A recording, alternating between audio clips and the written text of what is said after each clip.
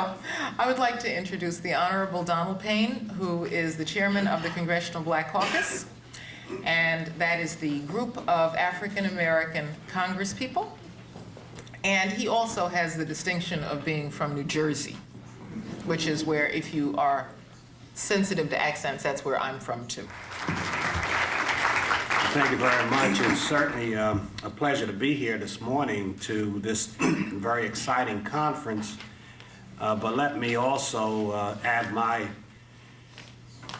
congratulations to Dr. Sheila Walker for her foresight and her tenacity to bring together such a timely conference, the African Diaspora in the modern world. Let me just say that not only is Dr. Walker's staff fussing, but so is mine, because she's been on the phone to them several times, and they said they have other things to do. So I can just say to your personal staff, I give you blessings. I'm not the Pope, but started moving my hand, but you need to even talk to him. Let me, though, say that it is certainly important, and I don't think that anyone else could assemble scholars and academicians and social scientists and artists here in Austin, deep in the heart of Texas, other than Dr. Walker. She certainly has reached out and has so many outstanding participants. It shows that she has unique talents. Secondly, it's very interesting that an organization of which the United States is not even a member would consent to have a conference here. As you know, the U.S. withdrew from UNICEF and never really supported it very strongly in the first place when it was in it. Said they're a little too independent. And now the question is, we can't afford it. But there are people in our government who feel that the United States should be a participant in UNESCO, even people in our State Department, and we are still pursuing that. But I'd like to compliment Dr. Walker for being able to convene a meeting of such importance here in the United States. Finally, you know, as the African Americans know, and perhaps others too, that this is Black History Month. And, you know, during Black History Month, many African American leaders or academicians, teachers are called around their own community to give lectures and talks. And so to be called down to Texas in the middle of Black History Month, once again, I just keep extolling the virtues of Dr. Walker, because I really should be back in my district preparing for my re-election, and if I don't get re-elected, I'm coming back to Texas and become a part of this faculty or something, or maybe the middle school. Save a spot for me in the middle school with those youngsters. But I need to be here deep in the heart of Texas, like the man in the moon. But when Sheila calls, everyone comes. And but I'd just like to seriously say also, it really was great to look at the youngsters from the middle school, because it's almost like the way that the world is and America should be. And I think that you have a great advantage to have such a multi-ethnic and school, or at least this group.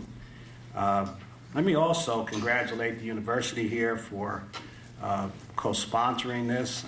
Certainly took a great deal of time and staff effort from Dr. Walker and her staff. And so it shows that this university here is open and willing, at least on the outside. They might have done it kicking and screaming, but it looks good, and I have to compliment the institution for this. Let me just say very briefly that this area and this particular institution has had some outstanding African Americans who were connected with the United States House of Representatives. As you know, our late Barbara Jordan, representative from Texas, first African-American woman elected to the Congress from this state, was on the faculty here, I believe. And as you know, her recent passing all brought us to recognize the tremendous talent that she had, her diction, how proper she spoke. And she talked about making this a more perfect union and challenged the Constitution, and really was such an outstanding individual. And so I think it speaks well of this university to have had her on the staff. I was thinking earlier too, being that this is Black History Month, I was saying probably Dr. Carter G. Woodson is probably up there looking down and wondering how Sheila Walker got all these people here. As you know, he's the founder of Black History Month. But in addition to Barbara Jordan, this great state, and actually the same district that she represented, was followed by Mickey Leland. And Mickey Leland was probably the congressperson that did the most to talk about world hunger. Mickey Leland was a pharmacist and knew the importance of nutrition and food, and got the Congress in the early 80s to create a select committee on hunger. And Mickey Leland went to Ethiopia and into the Sahel area, you know. He went to the Sudan. He unloaded trucks. He convinced the Congress to have a PL 480 program, a food program, where he dedicated himself. And as you know, he had the unfortunate tragedy where his plane in Ethiopia on a cloudy evening hit the side of a mountain, and Mickey and the group perished. And so we often think of the work that Mickey Leland did for the world. Once again, a person who represented this general area here. Let me just say that the Congressional Black Caucus is alive and well. I know that our foreign policy today is drifting away from where many of us want it to be. We are hearing about a new movement of isolation in this country. On the way home, I want to see if the plane will fly across the border of Texas and Mexico, because I'm wondering where this wall is going to be built. That's what's being proposed, as you know, by some people. And when we ought to be dealing with a way to understand and have policies that can work with our neighbors, we're hearing about withdrawal from the United Nations and building walls around our country, ending NAFTA programs and the GATT treaties. And so we're at a tough time in the United States Congress, but the Congressional Black Caucus, 40 members strong, are determined. We've influenced policy. It was the Congressional Black Caucus that met with President George Bush and said that there must be military intervention for humanitarian reasons in Somalia. And we sat with him and we said that people are starving, children are starving, that we had to intercede. And as you know, one of the last acts that George Bush did in his term was to have a humanitarian intervention in Somalia. Of course, the mission became changed, but millions of young Somalians are alive today because of that humanitarian intervention. We had the same pressure on President Clinton to have a humanitarian intervention in Rwanda, where 500,000 people were killed, where genocide was going on. And then cholera started to be the problem. And we were able, the Black Caucus, a reluctant President Clinton, to have the military intercede to move into that particular situation. And the policy in Haiti. Once again, as you know, the United States have had a very hostile policy to Haiti. As you know, we actually occupied Haiti for 15 years in the early 1900s. And so there's never been a friendly policy. Our support covertly of the military dictators. And once again, we had to, with all the pressure of the Congressional Black Caucus members getting arrested with protests and demonstrations, finally got our policy, our administration, to say that the Democratic elected president, President Aristide, should be returned, and that we should make sure that happens. And as you know, 25,000 U.S. troops went to Haiti to ensure that President Aristide was returned. Just last week, I was in Haiti for the installation, the first peaceful installation of the transfer of power in Haiti to the new President Proval. And so we have seen a successful policy because the Black Caucus felt that it was important, that it was the right thing to do. And then when people say, well, why Haiti? Once again, we look at the diaspora. It was back in 1775 when the United States was fighting against Great Britain, the original colonies, for independence, that Haiti sent a battalion, fought in the Battle of Savannah. Some of the heroes of that battle for the independence of the United States away from Great Britain were Haitian heroes who actually then finally went back to Haiti and were the leaders of the revolution against Napoleon. It was back in the early 1800s, you know, that because of the Haitian defeat of Napoleon's army, it scrapped the treasury of France. They had a deficit and they needed financing. And it was because of that that the Louisiana Territory was sold to the United States, because France needed the income because of the long fight with Haiti, which therefore opened the western borders of this country and had the great westward movement. And so when we say, why should we be involved? The diaspora goes way back, and if we learn the history and we see the connection and we can bring it up to where we are today, there are many, many stories that we could talk about, and that's why it's so important for the diaspora to be remembered. We could talk about the civil rights movement in the late 50s, middle 50s, when in the United States of America, the Whitney Youngs and the Roy Wilkins and A. Philip Randolphs were pushing for freedom of blacks, fighting against Jim Crow. At the same time, in Ghana, Kwame Nkrumah, and Kenya with Jomo Kenyatta, and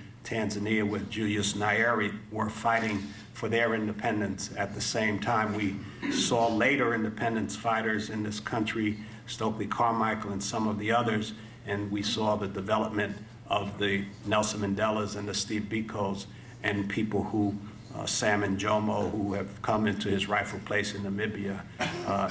We looked at the evolution of those early freedom fighters in Zambia and in Malawi with Dr. Banda and with Kenneth Kaunda, who have now set out and had elections, were defeated, and have gone back to show the transition now in some of the African countries where elections are accepted in some places. But we still have many problems, as has been indicated. The situation in Nigeria cannot continue, and I have legislation that will hopefully pass to talk about sanctions and to look at Shell Oil Company and the way that the environmental degradation is going on in that country. We need to look at the fact that it's alleged that slavery still exists in the Sudan and in Mauritania. That cannot continue as we move into the 21st century, and the Congressional Black Caucus is looking into those issues. We have to continue to push. We have to continue to support the countries. We have to continue to have conflict resolution, where we need to support countries like Ethiopia and Eritrea and Uganda, who are trying to downsize their military and need assistance to do that, to implement the plan. And so we in the Congressional Black Caucus are definitely engaged. We are involved in what is going on. They tried to do away with the caucus, but you know that wasn't going to work. Can't get 40 black people together and talk about do away with it. We're stronger than ever. Unfunded, but that's the way we started, unfunded. Most of you all were not funded before you got into these great jobs and fine universities. Remember when you were teaching school at the middle school, you didn't have all of these things. And so sometimes you have to get right back to the old time religion. And so I'm just here to say that we certainly support what's going on here. Young people, you need to know about the history, the diaspora, people like Alexander Pushkin, a Russian writer that took the classics and romantic African descent. You talk about the Three Musketeers. It would be hard to find out that the great writer Alexander Dumas was a person of African descent. You don't see that when you see the little Three Musketeers, but he was way over in France, actually even fought in Napoleon's army. You need to know about Zumba dos Palmares, 300 years ago, a Brazilian warrior who fought for the independence and the strength of so many people. We need to know about blacks who fought with Russia for their civil war in 1918s. Many of them who fought on the front lines. We need to know about African Americans who went to Spain and fought against Franco, and in Ethiopia, where in a week, I've been asked to go, but I'll be unable to go. But there will be a presentation by the government of Ethiopia to honor blacks who went to Ethiopia in 1890s to fight against the Italians. And many blacks went. The government finally tried to make it difficult for blacks to go. And they fought at the Battle of Adowa. And it was a battle where, for the first time, an African nation defeated a European country. As a matter of fact, Mussolini entering into World War II, that was a stigma that he made sure that he, as one of his first acts, moved back into Ethiopia because Ethiopia defeated a European army. And it was 100 years ago. It was even after the Berlin Conference, which was in 1884, where the Western Europeans cut up Africa, but they had to come back and they had to acknowledge the sovereignty of Ethiopia. And so as we look at what went on, there was even finally talking about Ethiopia in the war in the middle 30s, there were two black airmen who were famous airmen. One was John Robinson, who was nicknamed the Brown Condor, and a guy named Hubert Fauntleroy Julian, who was called the Black Eagle.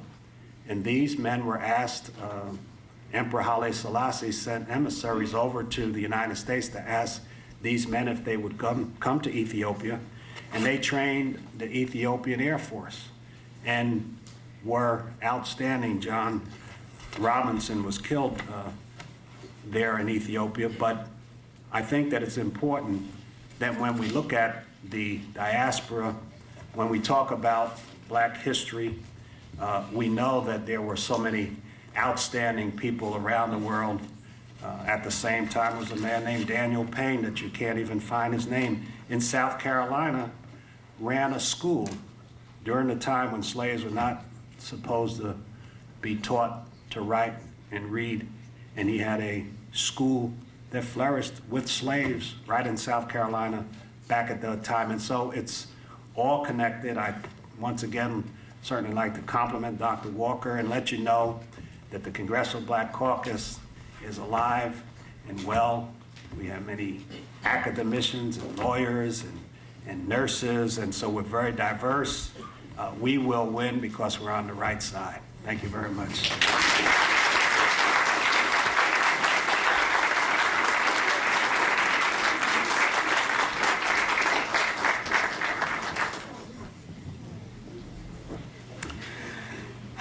Thank you very much, Congressman Payne. And if you need help on your campaign, I'll have to come to New Jersey, because otherwise, if you don't win, I know I'll never be able to come back to New Jersey. And my family's there.